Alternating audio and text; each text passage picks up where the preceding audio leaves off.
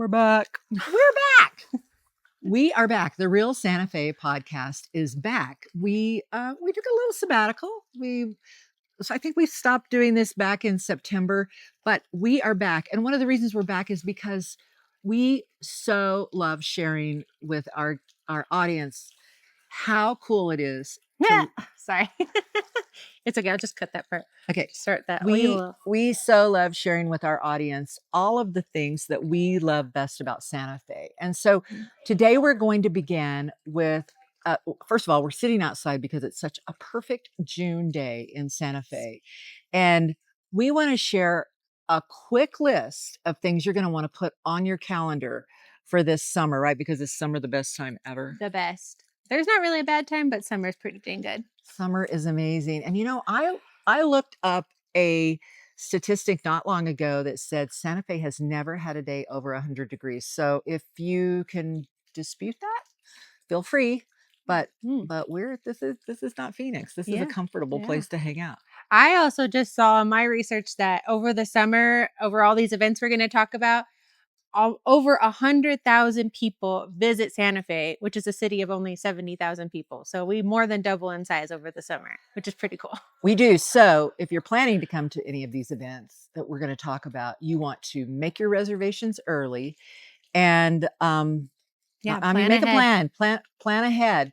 But, I want you to stick around until the end because we're going to give you a tip at the end that is a little bit of an insider tip that you might not get anywhere else. Yes. Right? Sure. So we've already said it, but we've lived in Santa Fe long enough to know that the secret to Santa Fe's charm is sometimes best experienced in the summer, right? Yes. Yes. I think one of the coolest things that runs all summer long and is free is what's called the Summer Scene. It's produced through Lensic 360, and it's free music on the plaza and free movies at the rail yard. There are different dates at Thursday and Friday, usually the weekends. I can put links to the details below, but it's a free music and movie series. And it runs from June through September on the plaza and the rail yard. As I said, you can bring your blanket, lay out. And there's been some really cool bands here I've seen before that I probably wouldn't have seen otherwise. And it's free. Oh yeah, absolutely. So opera season is coming up. It is the Santa Fe Opera is one of the most renowned operas in the world, and it's an open air venue. So you not only get to see the opera, you get to watch the sunset over the Jemez. It's pretty amazing. July 3rd, right? I'm looking at my notes here because I don't want to get it wrong. Yes. July 3rd is opening night. Tailgating is almost a must. Don't go to the opera on opening night or really any other night without bringing a meal to eat in the parking lot ahead of time. Yeah, have some sushi on your tailgate. Have some sushi on your tailgate. Bring a bottle of wine. The other insider or local tip for the opening night of opera is it always rains. Oh, right? It always rains. Always. You can count on it. You can count on it. Yes, that's a rule. And that runs through late August. It does. And you might ask, well, wait. I know that there have been other musicians at the opera. That happens after the season is over. So we'll talk about that in a different podcast. In September, you can see those artists. Cool. Yeah. My other favorite thing, well, there's lots of favorite things. I would say a really big day in Santa Fe is 4th of July. Obviously, we're celebrating all over the country, but two really fun things are happening in Santa Fe that day. The traditional pancakes on the plaza which I love. Has been going on for, I don't even know how many years, but it fills the whole plaza. 2 huge lines of people coming to get pancakes. It's a small fee. But it's a charity event. It's a charity event. The Kiwanis put it on. Is it the Kiwanis? We got that wrong last time. Or the Rotary. I think it's like $10 a plate, maybe $7. I remember when it was $4, but yeah. Yeah. So it's a small fee. Again, you can get tickets ahead of time or at the event, and then you get your pancakes, huge giant pancakes and sausage and coffee and juice. And I want to say this, that is a really local event. I mean, that is when all the locals come downtown. Yeah. And there's tons of volunteers. If you want to get involved and you live here, you could volunteer to work at the event. They have seating out for you to eat. There's booths, and then there's a car show going on at the same time. It's just a huge community event. And then that same day, El Rancho de las Golondrinas, I just call it Golondrinas every time. It's the Living History Ranch here in Santa Fe. They do a lot of events in the summer, but that same day, 4th of July, they're having their annual wine festival. So check that out.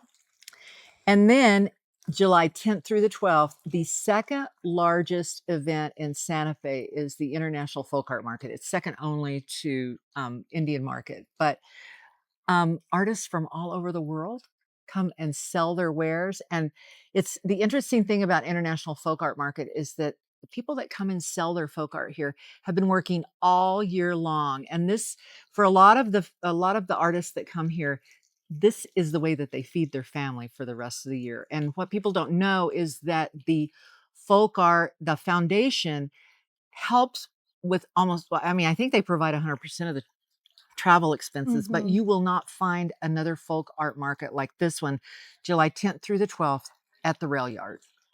That's a fun one. Yes.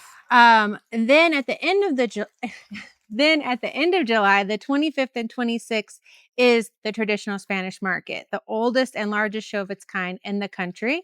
Also on the plaza, that's an amazing place to find beautiful traditional Spanish art and really get involved in the culture. There's great food. There's also a contemporary Spanish market down Right. Lincoln Street. So Right. don't miss that because um, everything in the world that you might want in terms of Spanish art is going to be Yeah. there. Yeah. It says the plaza, but that part, yeah, expands past even down here where we are almost to East Palace. But So August belongs to Indian Market. The in the middle of August, August 15th and 16th, and this is the largest Native American art show in the world.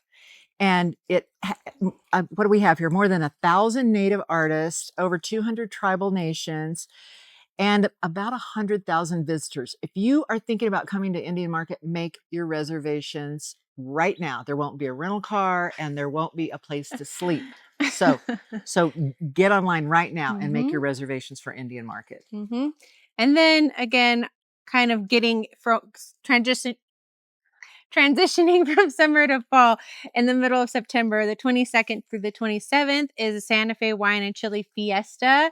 That is a week-long event that involves wineries doing tastings and education, restaurants having events, and then the big event the weekend of it is called the Grand Taste. They'll have the Grand Tasting event on the Saturday. Sunday, there's rosé all day. There's something on There's Friday too, also another event. I a just looked, kickoff event. tickets just went on sale today, and we will provide a link to that. But there's also a second event on Sunday called Wine and Dirty Boots or Champagne and Dirty Boots or something. Okay. One of them is at Bishop's Lodge. The other one is at the Four Seasons.